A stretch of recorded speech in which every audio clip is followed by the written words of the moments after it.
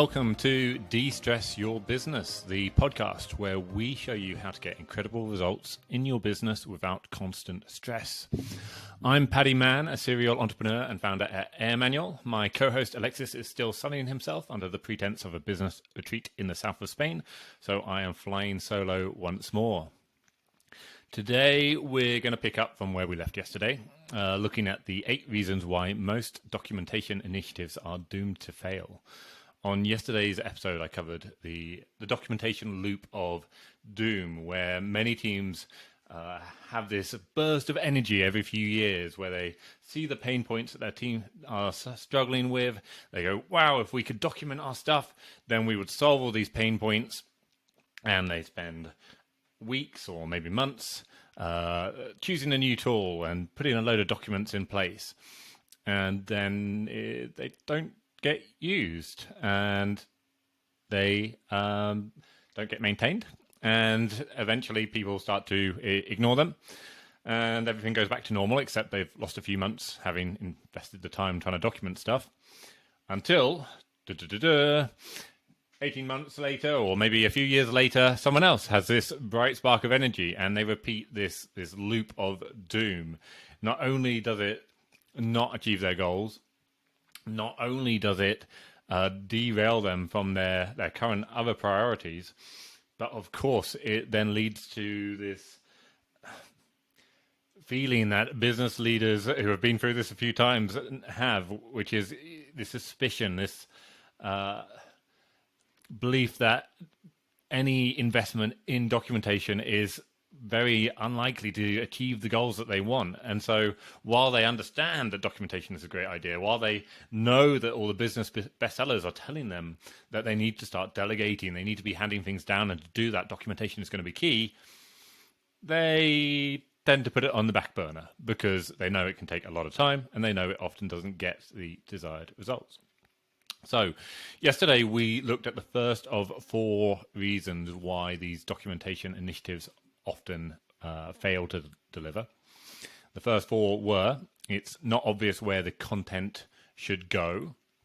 And that's not just thinking about the tool that you're using, though that is important, but also knowing exactly where it should go in terms of the organization of your content and the type of content that it would need to be in. Should it be in part of an onboarding process, or should it go into a checklist? Should it go into an existing one or a new one?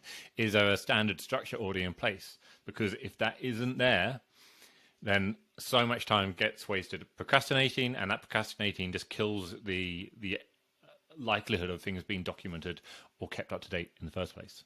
Second one was that we're often seeing these initiatives starting off based on experiencing real pain, but as someone gets excited and starts planning, instead of focusing on the biggest business priorities, they start to focus on how to create content for everything. And the second you start to try to document for completeness as opposed to documenting to solve problems, it takes too long. It doesn't return on the time that you've invested, and of course it gets deprioritized. The third one was that it takes too long to create content, not having your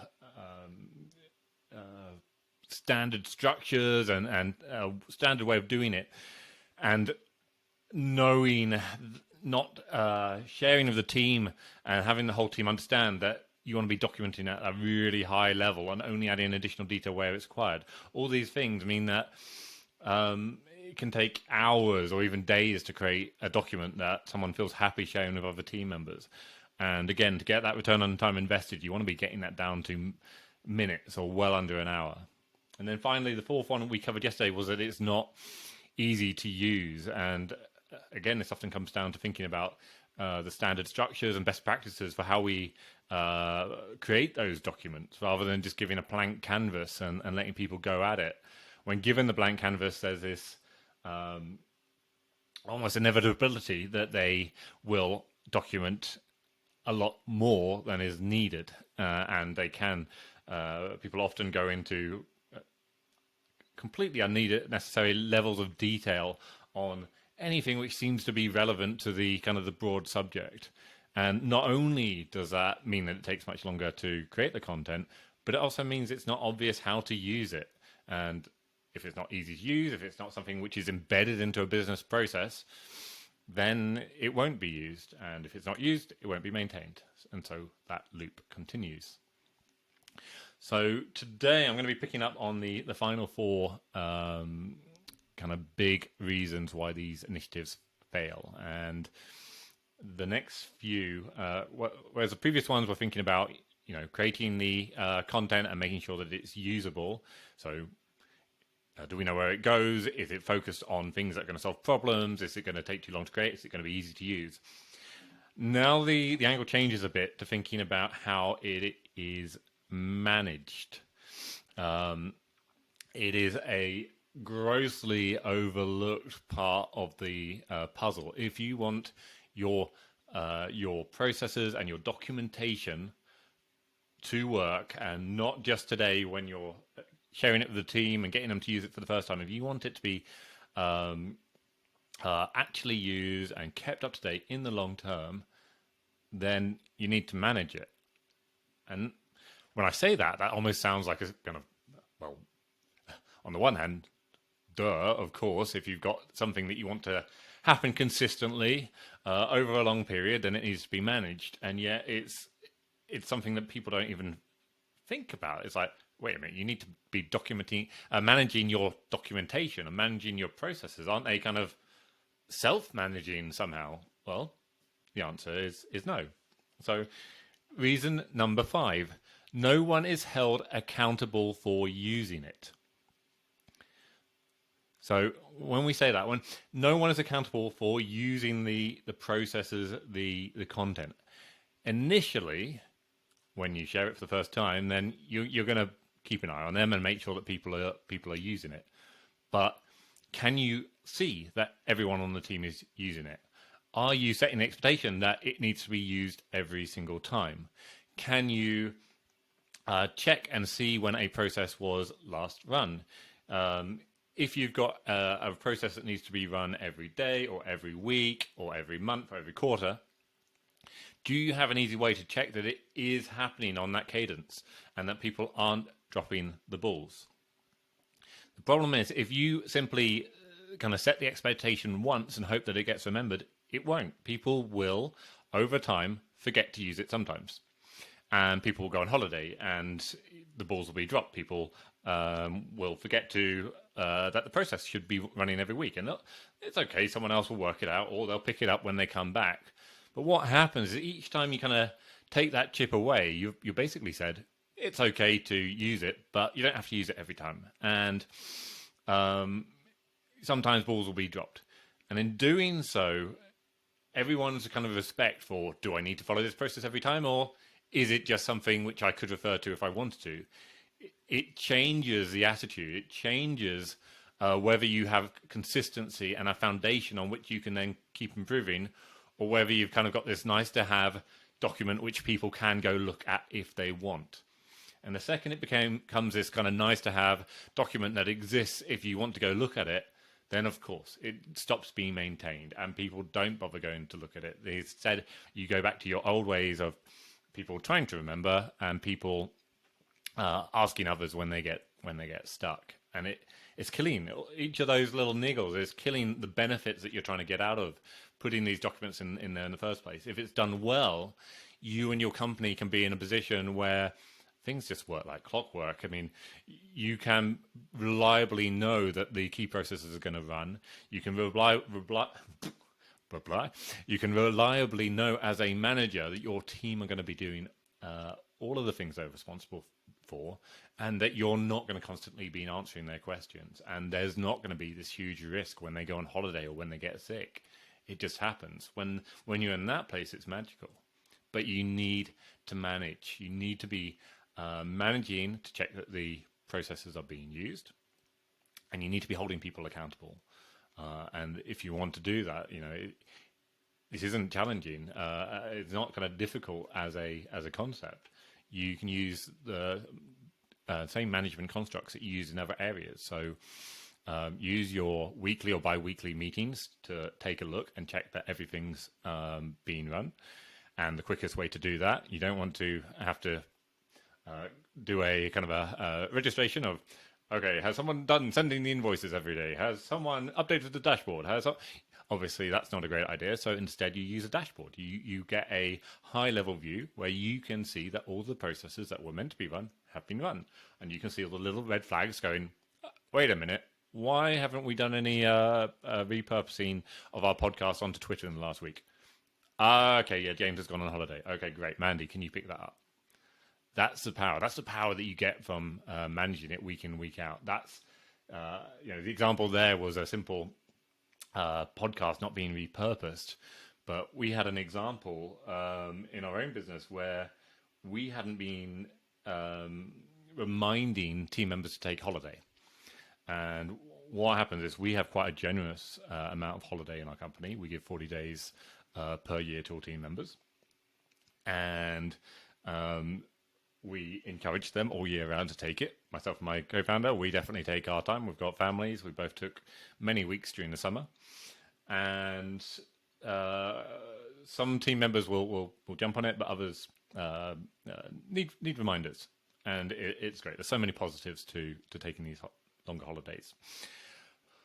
But we found if we don't remind people to do it, then it kind of slips to the back of the mind, and it's very easy to go, okay, we've got some business priorities and deadlines coming up, or some goal or target that I want to achieve. So I'll just push it back. I'll push it back a little, and I won't think about when I want to go on holiday or what I want to do with that time. And so if you don't remind and encourage people to take it, it gets to the end of the year and you're in a problem, because suddenly everyone on the team needs to take their holiday at the same time if they want to use it. Doesn't really work for our business if after a few years we have to let everyone take 6 months off. So we do say you have to take it off in the year. And so what had happened this year is we'd forgotten a simple step, which was in our kind of HR process to remind people every month just to take that time off. And it sounds trivial, but the business impact to us was we suddenly said, well, you do need to take your holiday. We still want you to take your holiday. We think there are big long-term benefits of doing that. But we lost, it meant that a number of team members went, and our capacity for supporting new sales went down for a period. And we estimate that cost at being somewhere between £20,000 and £30,000 for that drop ball.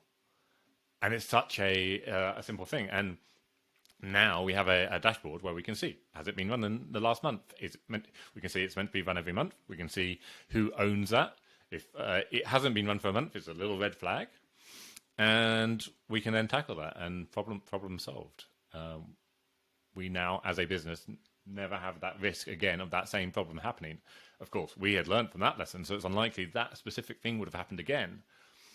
But it's all those other scenarios that we haven't thought of, where there could be balls dropped, which are also being captured. And every time they happen for the first time, we improve our processes and we're in a better place. So yeah, number one, we want to make sure that we're managing, we've got people accountable for using the processes and the content that we create. In fact, that was number 5, following on from yesterday's list of 4. So number 6, no one's held accountable for maintaining it. So we want people to use it. We also want to make sure it is kept up to date. Everyone out there is going to be familiar with documents being created, being put somewhere on a shared drive or in Google Docs or Confluence or whatever, and then not being maintained. And so at some point you've got this document which is got some useful information, but it's not a good source of truth on how things work in your business now. And yeah, as a result, it's not trusted, and over time it gets ignored. And in doing so, it's not just that document, but it's a general view on all documents. It's your team can no longer trust whether the content in a document is to be trusted. And where does that leave you? Well, it basically means that they need to check with someone else every single time they look at any document, and will often discover that, yes, the content in that document isn't quite right. And if it isn't quite right, that then leads to a discussion, and the person who's sharing the knowledge, instead of having it in the document, is now being derailed from their other tasks. And as you'd expect, if your whole team velocity, your team's speed towards your goals is going to be taking a big hit. You're losing out on all the potential benefits that you should be getting from having documents and processes, systems in place. So how do we avoid this? How do we make sure that content's being maintained? Again, it's about making sure your team are clear that it is their responsibility to keep it up to date and that you're going to hold them accountable, and then that you do hold them accountable. How do you do that? You manage it. You make sure that all the processes are being used, which means that if there's any issues that it should get flagged. You make sure that you can see when content was last reviewed. The moment that you see that someone is looking for advice or bugging someone else, asking questions, or doing something in the wrong way, and they should have been able to find the guidance in a document, you make it very clear that that's not acceptable. They need to be following the process. And if the process or the policy or the onboarding isn't right, then it needs to be updated. And in doing so, initially you might need to do it quite a few times, but by doing this consistently, you get into a place where the team are aware that all content is meant to be kept up to date. Now, this all becomes much, much, much easier if I relate this to a bit of advice that came yesterday, which is all of the content needs to be tied to a business process. So it needs to be tied to onboarding, training, policies or SOPs, your standard operating procedures, checklists. If you are in that position, then it becomes very clear when something isn't working, because it's essentially going, I'm trying to follow an SOP to do a task, send an invoice, and this step doesn't work. I can't log in. I can't add that detail to that field. When I did this, it led to a customer complaining. Or during the onboarding, they go through a step and go, I'm confused by this step, or it feels like there's something missing. When everything is tied to a process, then it becomes very clear when there is an issue that needs to be updated in the documentation. And then, as I say, hold them accountable, make sure it's managed. Number 7, and it kind of relates to the last one, people feel uncomfortable suggesting updates. Now, this isn't something that you will normally see early on in the life of your documentation and your new tool and new initiative. So if you've created a new system and you've got your documentation and processes in place and you're still going strong after 6 months and people are still using it because you've addressed a lot of the previous points that I've discussed, then great work. That is awesome. One of the challenges we faced as we kept going at it was that the people who had initially created the content, which is often someone who's an expert or quite senior in the team, they've been there for years. In a small business, it's often the business owner or leader. They created the content and they feel this is amazing. I can get everything out of my head at last.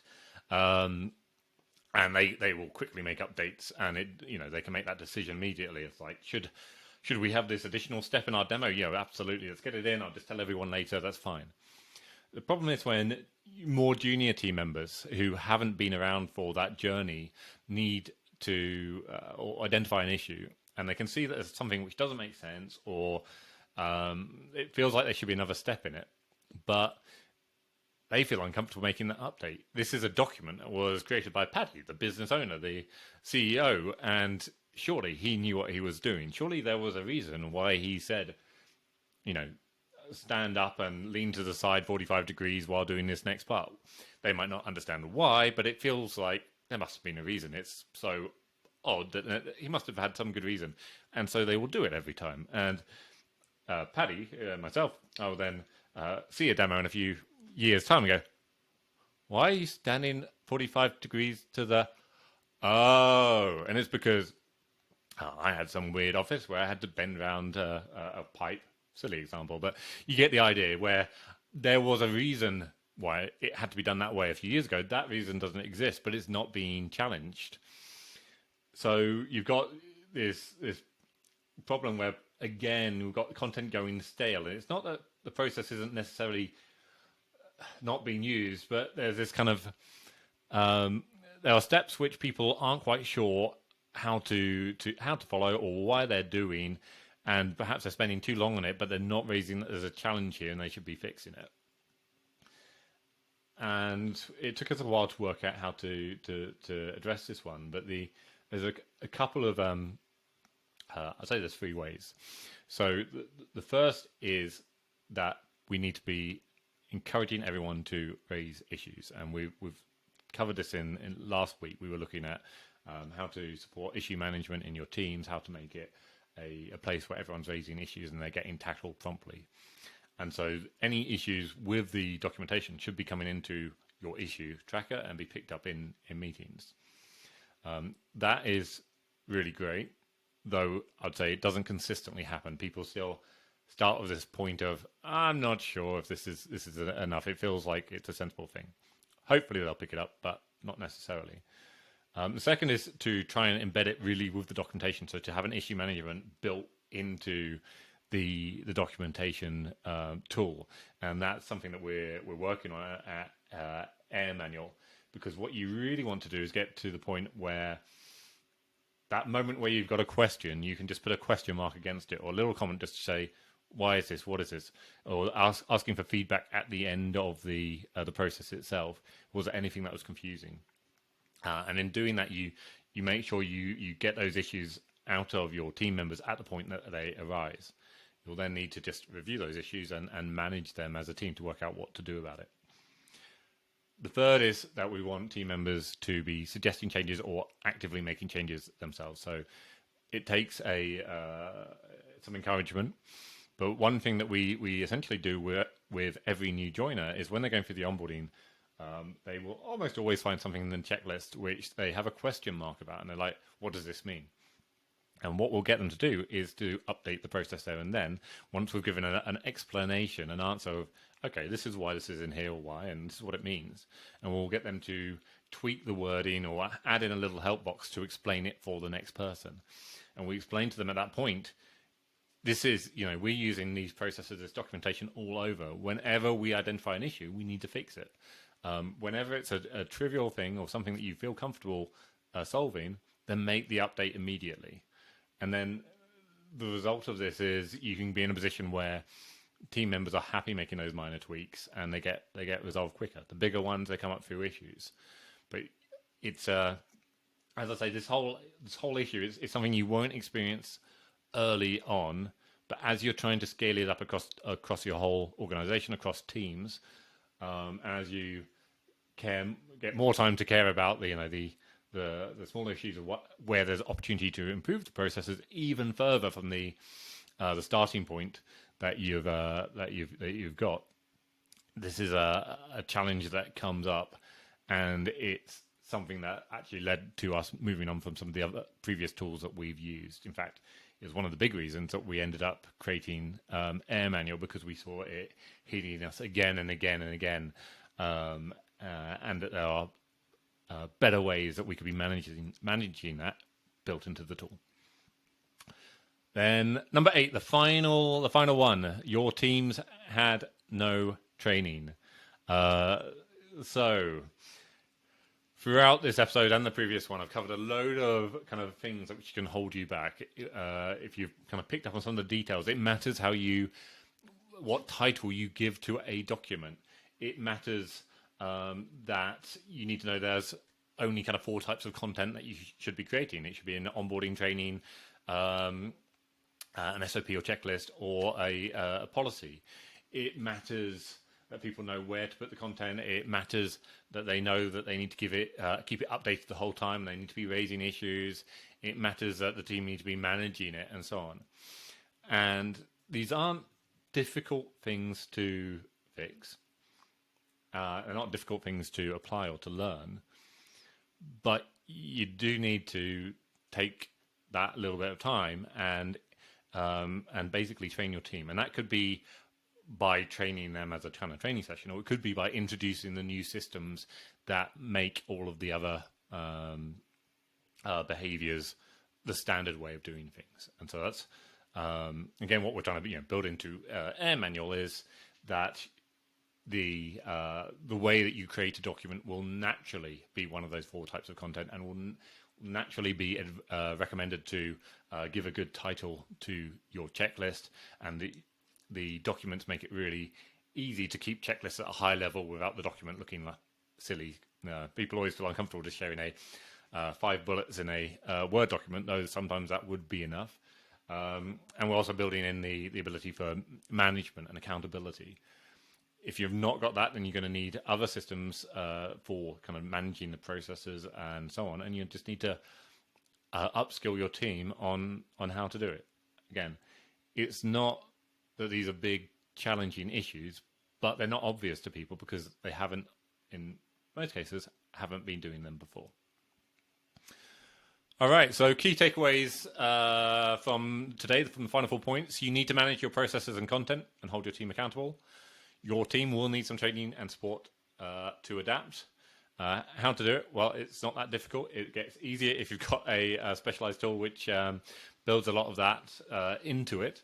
And we're also going to go deeper on how to do it, both in some of the upcoming episodes, but also in our weekly webinar. So as regular listeners will know, we have a regular weekly webinar, how to free up 15 hours per week and remove the constant stress of running a business without slowing down growth.